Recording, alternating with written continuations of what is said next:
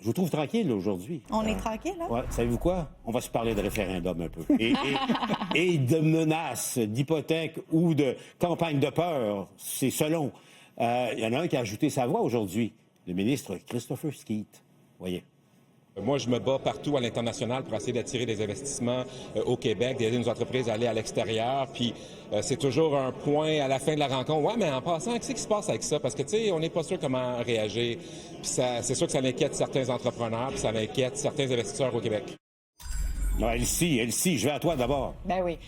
Ben c'est correct, tu sais, de dire ça. Bon, on connaît la cassette depuis longtemps. Mais l'enjeu, tu sais, hier, là, Éric Girard, il est ministre des Finances du gouvernement du Québec. Là. C'est pas un petit clin de Joe Blow sur le bord de la rue qui dit n'importe quoi. Et il nous a affirmé que lui avait calculé que depuis les dernières années, c'est 5 le coût là, de l'incertitude liée à un référendum. Ouais. C'est juste n'importe quoi, c'est faux.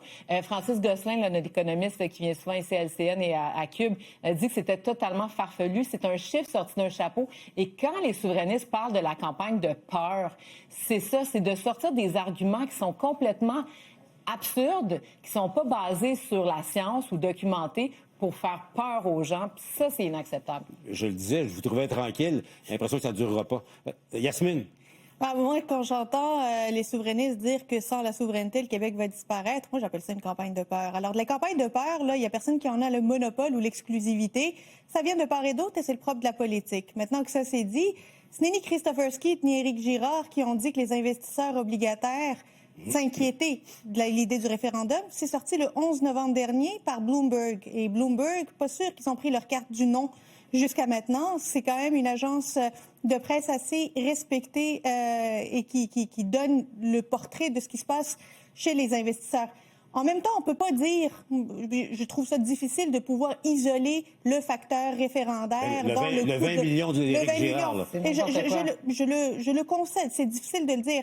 Et si Éric Girard nous avait dit que ça nous coûte, je ne sais pas moi, 50 millions par année l'incertitude liée à Trump, est-ce qu'on lui aurait posé la question de comment il a pu l'isoler ou est-ce qu'on l'aurait cru? Ben oui, on lui aurait demandé. J'ai essayé de lui demander hier. J'ai essayé de lui poser la question hier.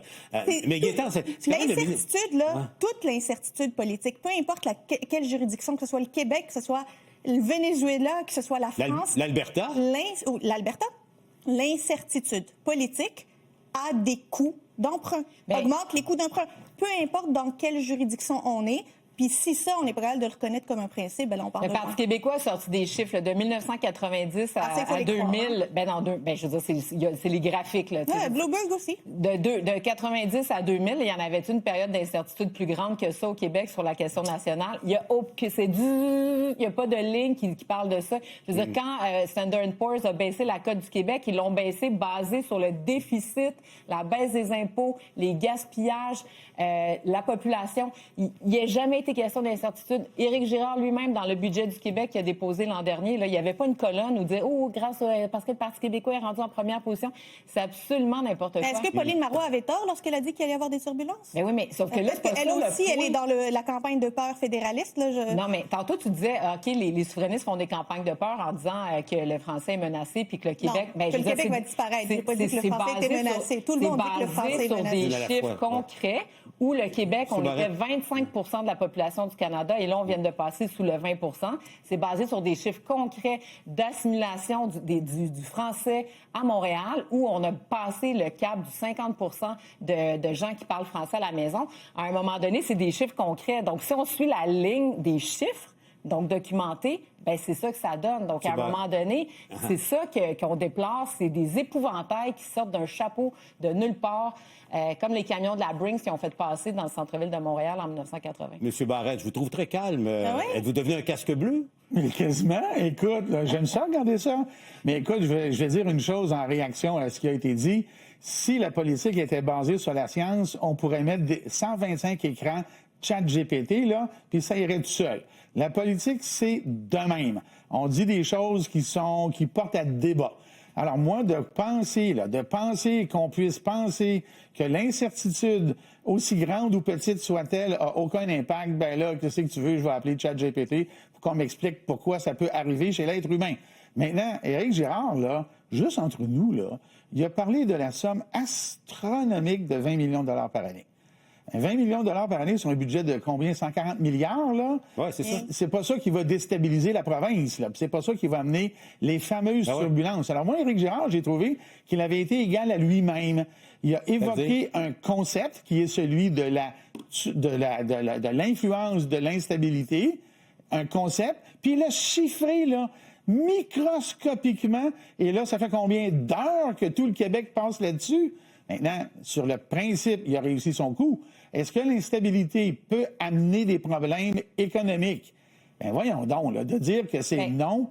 Maintenant, le 20 millions qui a été évoqué, là, c'est une goutte dans l'océan budgétaire. Si ça coûte juste 20 millions, là, bon, si on prend le principe que je vous donne raison, puis je dis, OK, rendu compte, 20 millions, c'est une blague pour qu'on puisse discuter de l'avenir du Québec, je veux dire, quelque part. Ben oui, c'est ça. Dites ça à la place. Au lieu d'essayer de convaincre la population, non, mais c'est de la sur le régence principe d'inventer des affaires. Honnêtement, moi, hier, ce qu'a dit Éric Girard, et que j'ai trouvé que c'était la meilleure phrase de la semaine, là, honnêtement, c'était pas tant le 20 millions que de dire le camp du non, c'est les Québécois.